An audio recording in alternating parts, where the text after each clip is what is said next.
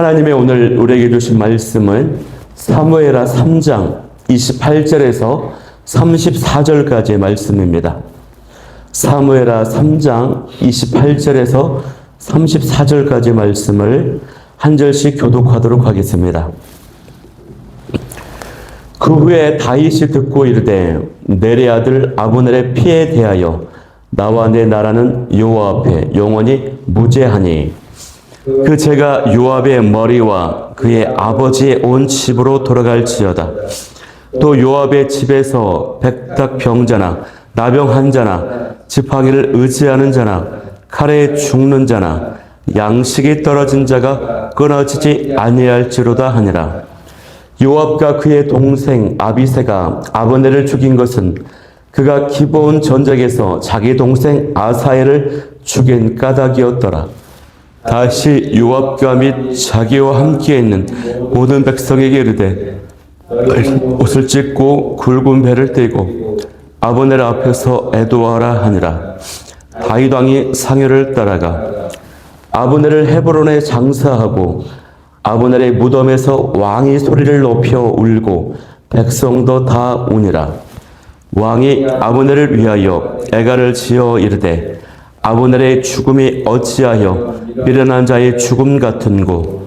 함께 읽겠습니다. 내 손이 결박되지 아니하였고 내 발이 착고에 채이지 아니하였거늘 불의한 자식의 앞에 엎드러짐 같이 내가 엎드러졌도다 하매 온 백성이 다시 그를 슬퍼하여 우니라. 아멘. 소리를 높여 운 다윗이라는 제목으로 오늘 말씀을 나누도록 하겠습니다. 오늘 본문은 요압이 아브넬을 속여 죽인 이후에 다윗이 그 소식을 듣고 나서요, 요압을 조주하는 내용입니다. 그리고 그 아브넬의 죽음을 슬퍼하면서 애도하는 내용이에요. 먼저 28절 말씀을 보면은 다윗이 요압을 조주하기 전에 한 가지를 선언합니다. 그것은 자신이 아브넬의 피에 대하여 또 그 죽음에 대해서 나와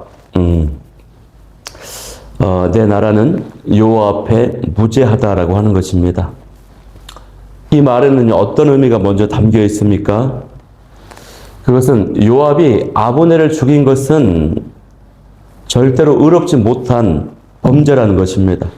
아주 잘못된 행위였다라고 하는 것을 그 말 안에 포함하고 있어요.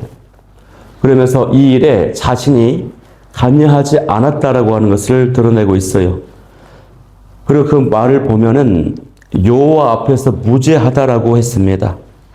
사람도 사람이지만 무엇보다 하나님 앞에서 무죄하다. 이것이 바로 다윗의 그런 시선을 보여주는 것입니다. 다윗의 시선과 태도는 항상 사람의 평가보다 하나님의 그 평가와 판단을 더 중요하게 여기고 있음을 알 수 있어요. 이것이 우리가 먼저 본받아야 될 다윗의 그 모습이고 영성이라고 할 수 있습니다. 여러분, 요압이 아브넬을 죽인 이유는 자기 동생 아사엘을 죽인 원수였기 때문인데요. 그렇다고 해서 이 죽이는 것이 온당한 일일까요? 아니죠. 잘못된 일입니다. 왜 이렇게 잘못되었는가 하는 데에는 몇 가지를 살펴봐야 되는데, 동생 아사엘이 죽은 이유는요, 전투 중에 벌어진 일입니다. 전투 중에 불가피하게 벌어진 일로 아브넬 입장에서는 정당 방위의 일환이었다고 할 수 있어요. 또 아브넬이 의도적으로 죽였던 것이 아니라 오히려 살려주려고 두 번이나 노력을 했는데 그러지 못한 것이죠. 또 한 가지는요, 요압이 이 아브넬을 죽인 장소는 바로 도피성이라고 하는 헤브론이라고 하는 것입니다. 이것은 하나님의 율법을 어긴 범죄가 되기도 하는 것이에요. 그렇기 때문에 요압은 이 다윗의 조주를 받아 마땅한 것이라고 볼 수 있어요. 그러면 다윗이 내린 그 저주의 내용이 무엇입니까? 29절에 그 내용이 나와 있는데요. 그 죄가 요압의 머리와 그의 아버지의 온 집으로 돌아갈지어다. 또 요압의 집에서 백탁병자나 나병한 자, 지팡이를 의지하는 자나 칼에 죽는 자나 양식인 떨어진 자가 끊어지지 아니할지로다 했습니다. 듣기만 해도 아주 무시무시한 조주입니다. 이 조주가 자기 자신에게만 임하는 것이 아니고 집안 모두에게 돌아간다라고 했어요. 이후에 그 내용을 보면은 이 조주처럼 요압은 비참하게 최후를 맞이합니다. 다윗의 이 조주는요, 다윗 개인으로서 분노 때문에, 혐오감 때문에 내리는 것이 아니라 하나님의 영의 감동을 받아서 예언적으로 하는 그런 조주라고 할 수 있습니다.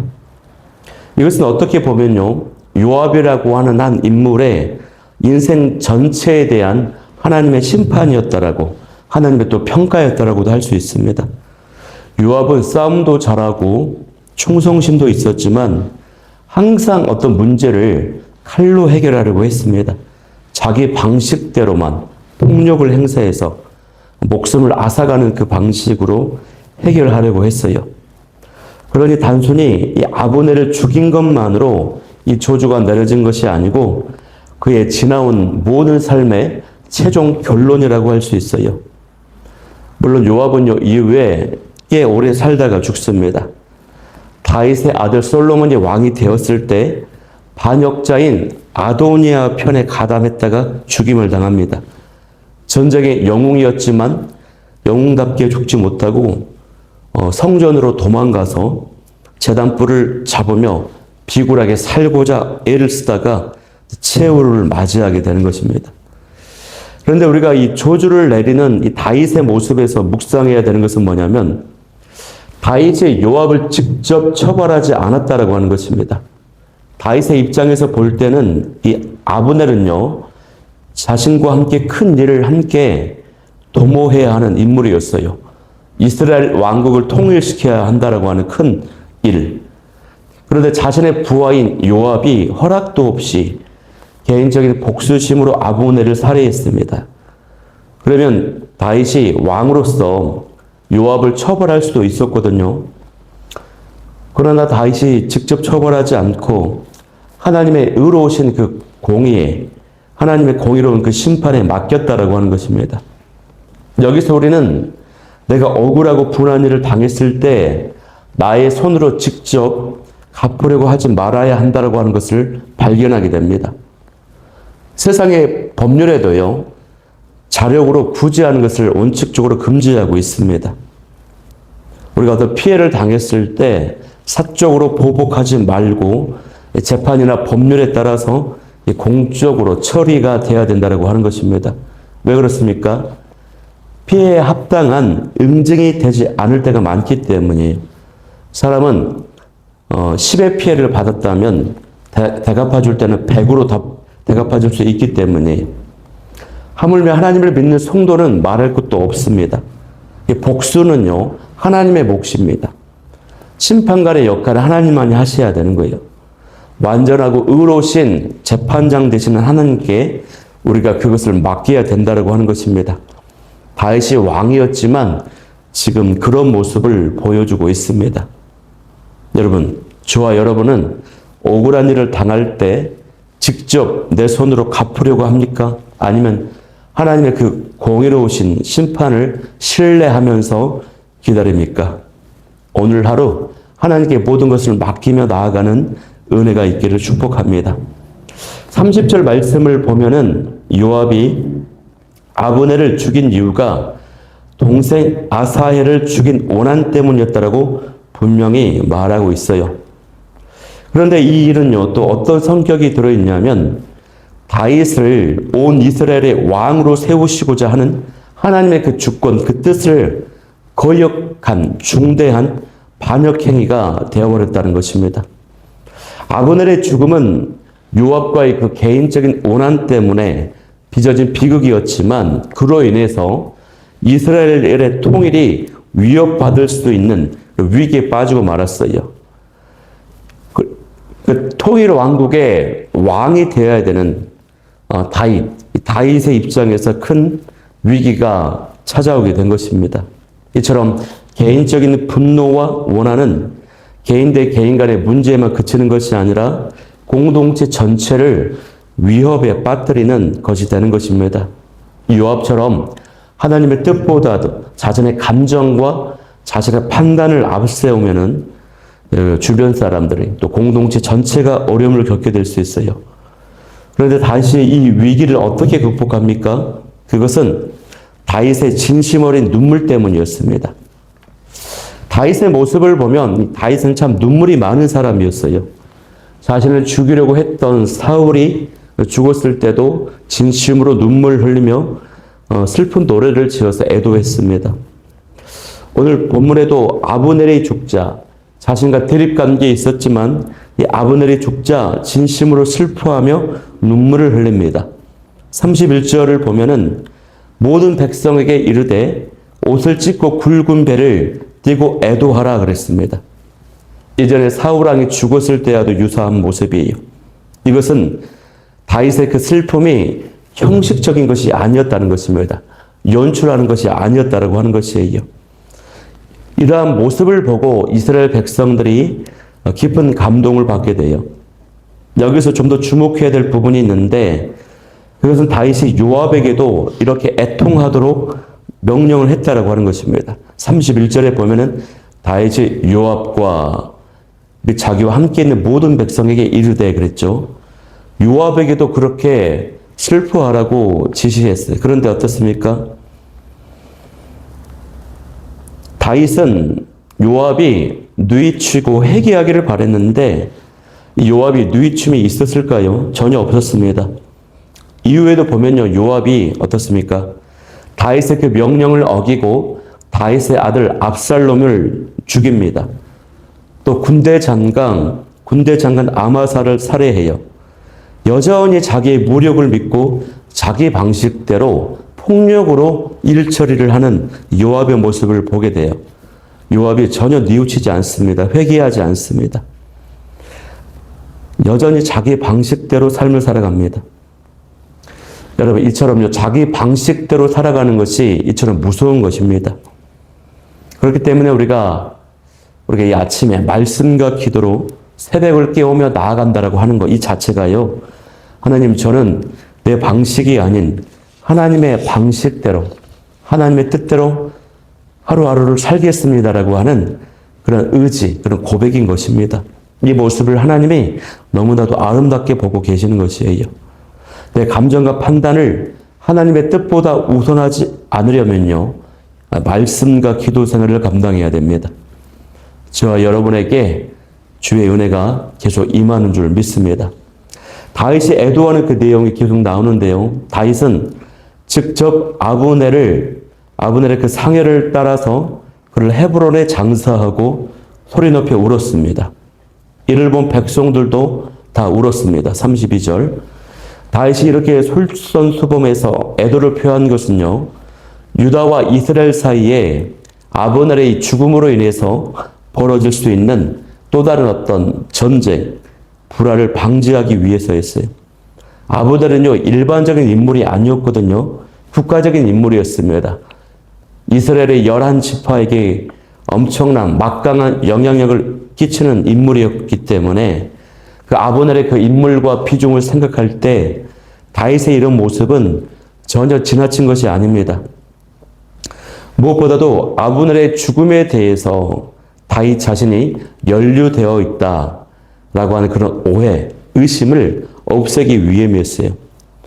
그래서 33절과 34절을 보면은 다윗이 아브넬을 위해서 지은 애가가 나옵니다. 그 애가의 내용은 어떻습니까? 그 강한 군대 장관 아브넬의 죽음이 너무나도 허망하고 안타깝다라고 하는 그런 내용이에요. 비록 33절, 34절 두 구절에 불구하지만 이 애가는 다윗이 통치자로서 왕으로서 어떤 인격과 영적인 감수성을 지니고 있었는지를 보여주고 있습니다. 그리고 이 애가에는 그 요압의 악행에 대해 책망하는 내용도 들어있어요. 이렇게 해서요, 다윗이 이 위기를 극복합니다. 이처럼 다윗은 그 위기 사항을 만났을 때 피하지 않았습니다. 책임을 회피하지 않았습니다. 결과적으로 다윗의 이런 모습은 하나님의 뜻에 따라 유다 전체 백성들을 하나로 묶었습니다. 이처럼 의로운 자는요, 시련을 만났을 때 성숙과 축복의 기회로 삼아서 성장합니다. 그런데 어려움을 피하는 자는 불행의 길로 전락하고 말아요. 저와 여러분은 위기 앞에서도 피하지 않고 다윗처럼 당당하게 그러면서도 진실되게 직면할 수 있기를 축복합니다. 오늘 본문 속 다윗은요, 우리에게 중요한 모습을 보여줍니다. 다윗은요, 자신의 방법으로 해결하려고 하지 않았습니다. 혈기로 반응하지 않았고 공동체와 함께 울었습니다. 또 억울한 죽음을 슬퍼했어요. 진실로. 그러면서 하나님의 방식으로 나라를 세우고자 했습니다. 반면에 요압은 자신의 뜻과 감정대로 행동했습니다. 그 큰 잘못을 저질러고도 뉘우침이나 변화가 없었어요. 이런 다윗의 마음이, 바라옵기는 다윗의 마음이 우리 안에 회복되기를 원합니다. 또 어떤 사건으로 어떤 찔림이나 지적을 당했을 때 즉시 회개하고 변화시키는 은혜가 저와 여러분 가운데 있기를 축복합니다. 오늘 말씀 붙잡고 기도할 때 첫 번째, 사람의 평가보다 하나님의 평가 판단을 먼저 의식하게 하여 주옵소서. 두 번째는 억울함과 분노를 내 손으로 갚지 않고 공의로우신 하나님께 맡길 수 있게 하여 주옵소서. 세 번째는 감정과 분노로 하나님의 일을 망치는 요압이 아닌 눈물과 진실함으로 책임감으로 하나님 나라를 세우고는 다윗의 삶이 나의 삶이 되게 하여 주옵소서. 우리 기도 제목 가지고 우리 오직 주님만 찬양하며 나아가도록 하겠습니다.